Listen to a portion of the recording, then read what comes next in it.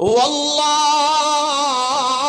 فی عون العبد ما کان العبد فی عون اخیہ.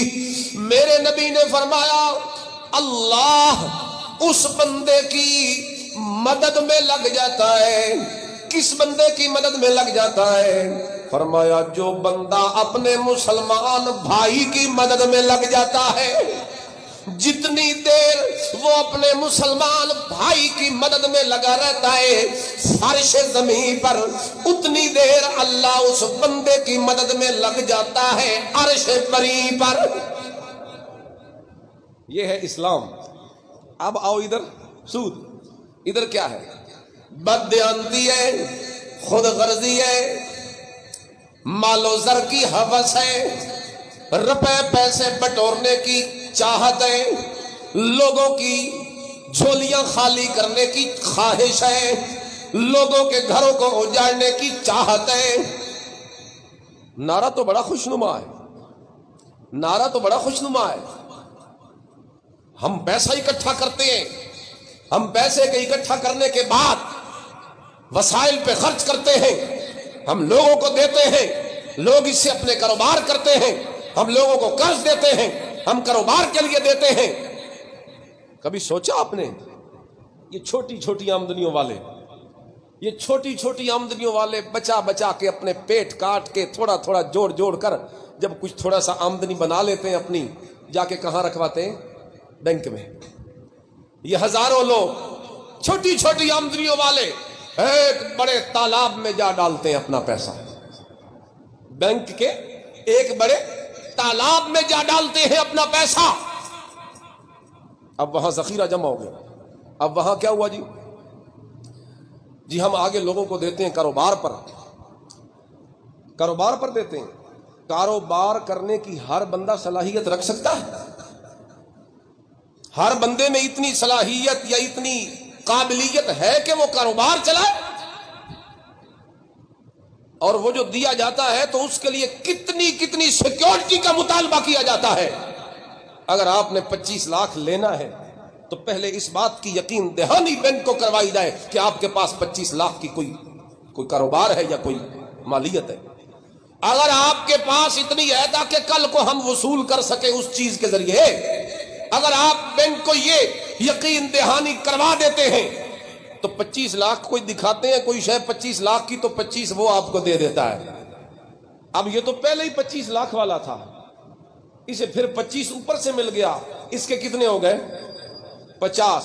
یہ ایک مرتبہ لیا تو 50 پہ پہنچ گیا. اگر دوسری مرتبہ جا کے بینک سے کر دے تو کتنے ہو جائیں گے؟ کروڑ. اور 10-15 سالوں میں یہ پتہ نہیں کہاں سے کہاں تک امیر تر ہو جائے گا. اور یہ سارا پیسہ کس کا تھا؟ چھوٹی آمدنیوں والوں کا. یہ سارا پیسہ کس کا تھا؟ یہ چھوٹی چھوٹی آمدنیوں والے جو تھوڑا تھوڑا جوڑ کے بینک کے تالاب میں جنہوں نے جا کے پھینکا، یہ غریب سے غریب تر ہوتے گئے اور وہ امیر سے امیر تر ہوتے گئے. یعنی سارا فائدہ غریبوں کے ہاتھوں سے نکل کر امیروں کو جا پہنچا.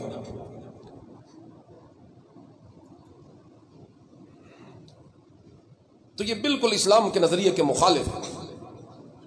چند ہاتھوں میں آتا ہے پیسہ، بڑے سرمایہ دار عیش کرتے ہیں، غریب ڈوبتا ہے، غریب اجڑتا ہے. اور قرآن کا ایک اور اصول ہے، چلو میں یہ پہلے پورا کر لوں.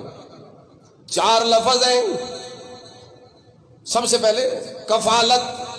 اسلام کا یہ نظریہ ہے کہ ایک دوسرے کی کفالت کرو.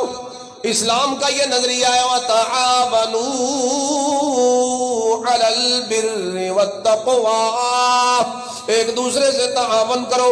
جب مدد کی ضرورت ہو ایک دوسرے کی آگے بڑھ کے مدد کرو. اسلام کا یہ مطالبہ ہے تراحم، رحم کرو، ایک دوسرے پر رحم دلی کرو. اسلام کا یہ مطالبہ ہے توادد، ایک دوسرے سے پیار محبت کرو.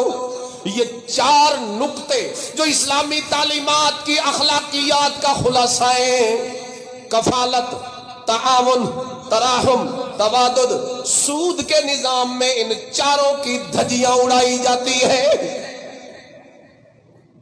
اس میں کوئی کفالت نہیں، اس میں کوئی کسی کا تعاون نہیں، اس میں کوئی کسی پہ رحم دلی نہیں، اس میں کسی سے محبت یا پیار کا کوئی کہیں ادنا سا شائبہ تک نہیں۔ وہاں کفالت کیا کرنی ہے؟ خود غرضی ہوتی ہے۔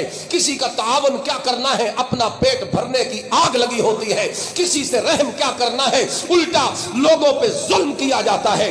قرض خواہ جو ہوتا ہے، جو قرض کے بوجھ تلے دبا جاتا ہے، کون اس کے ساتھ آگے بڑھ کے اس کا تعاون کرنے کے لیے آتا ہے؟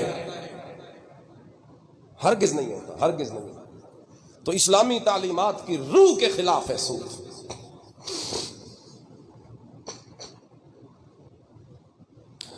اللہ اکبر کبیرہ۔ قرآن کا ایک حکم ہے، وَإِن كَانَ ذُو عُسْرَةٍ فَنَظِرَةٌ إِلَى مَيْسَرَةٍ۔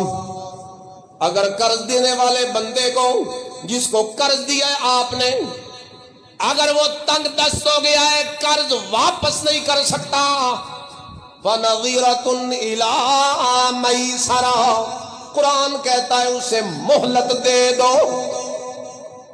وَأَن تَصَدَّقُوا، اور اگر بالکل ہی صدقہ کر دو، کہو چھوڑو یار، تمہاری حالت خراب ہے، تم نہیں دے سکتے، میں تمہیں معاف کرتا ہوں، فرمایا خیر لکم، یہ تو بہت بہتر ہے۔ یہ اسلام کا اصول ہے، قانون ہے۔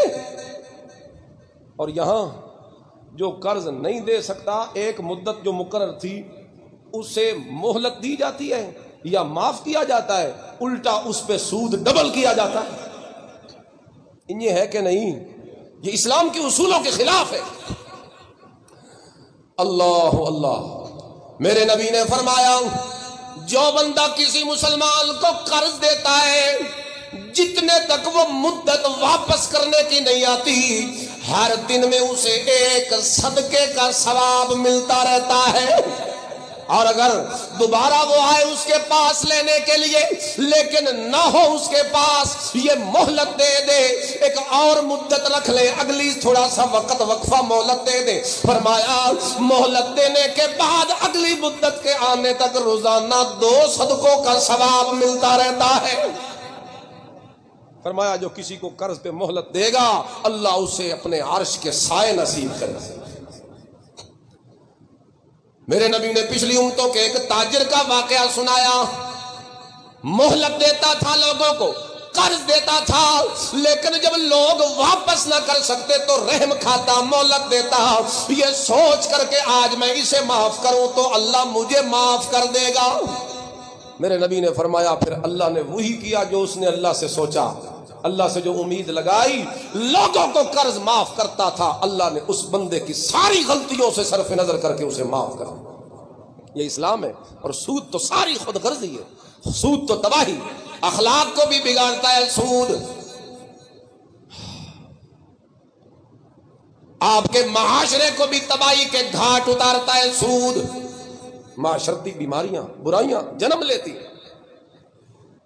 معاشرہ تباہی کے گھاٹ اترتا ہے، 2 طبقوں میں معاشرہ تقسیم ہو جاتا ہے، کروڑوں غریب ایک طرف، چند سرمایہ دار ایک طرف، ان کا پیسہ ان کے ہاتھ میں چلا جاتا ہے، اور اس طریقے سے آپس میں آگے چل کے باہمی منافرتیں اور نفرتوں کے بعد ایک دوسرے کا کینہ اور بغض اور اینڈ جنگ و جدال پہ جا خاتمہ ہوتا ہے۔ ہر طریقے سے یہ روا نہیں ہے سود، اخلاق بھی بگاڑتا ہے، معاشرے کو بھی تباہی کے گھاٹ اتارتا ہے، اور معیشت کا بھی نقصان کرتا ہے۔ اور چھوڑو، آپ کہیں گے کہ یہ اسلام ہے جو کہتا ہے معیشت جو ہے وہ سود پہ نہیں ہونی چاہیے۔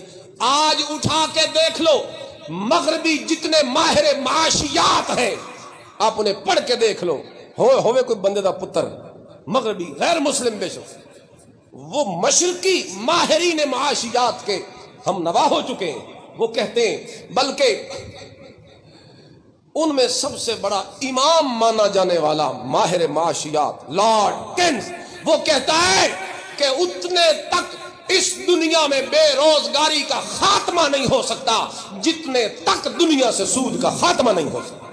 یہ وہ خود بھی مانتے ہیں، اسلام بھی وہی کہتا ہے۔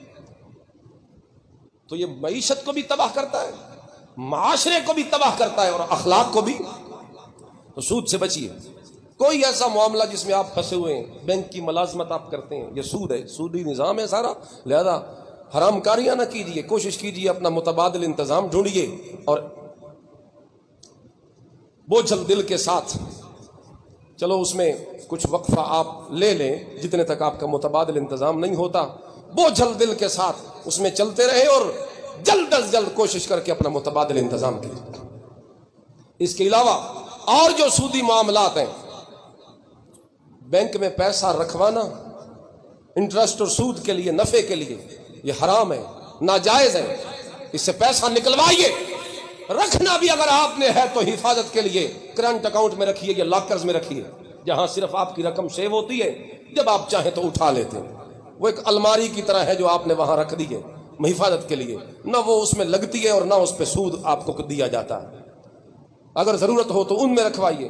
باقی سیونگ اکاؤنٹ اور اس طرح کے یہ سب حرام ہے، ناجائز ہے. ہاں اسلامی بینکاری علماء کی زیر نگرانی جو کوئی بینک اسلامی چل رہے ہیں، لیکن یہ سن لیجئے کہ وہ جو اسلامی چل رہے ہیں نا، اسلامی بینکاری، اس پہ بھی بڑے تحفظات ہیں کچھ دیگر علماء کو. یعنی وہ کوئی اتفاقی سارے علماء کا متفقہ نہیں ہے، جس طرح یہ میزان بینک ہو گیا یا اسلامی بینک ہو گیا یا دبئی اسلامی بینک ہو گیا. تو ان میں بھی بہت سارے تحفظات ہیں، علماء کے آپس میں اختلافات ہیں جائز ناجائز ہونے کے. تو کوشش یہی کریں کہ شبہ والی چیز سے بچ ہی جائیں تو بہتر ہے.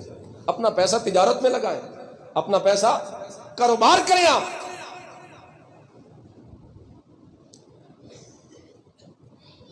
بہرحال یہ تفصیلی موضوع ہے، میں نے تو سوچا تھا آج یہ ختم ہو جائے گا، لیکن کافی ساری باتیں پھر رہ گئیں. بہرحال کچھ تعارف میں نے کرا دیا آپ کو سود کا. کوشش کریں گے نا اس مصیبت سے جان چھڑانے کی. اس سے بچیے. یہ لعنت ہے، اللہ کے ساتھ، رسول اللہ کے ساتھ اعلان جنگ ہے.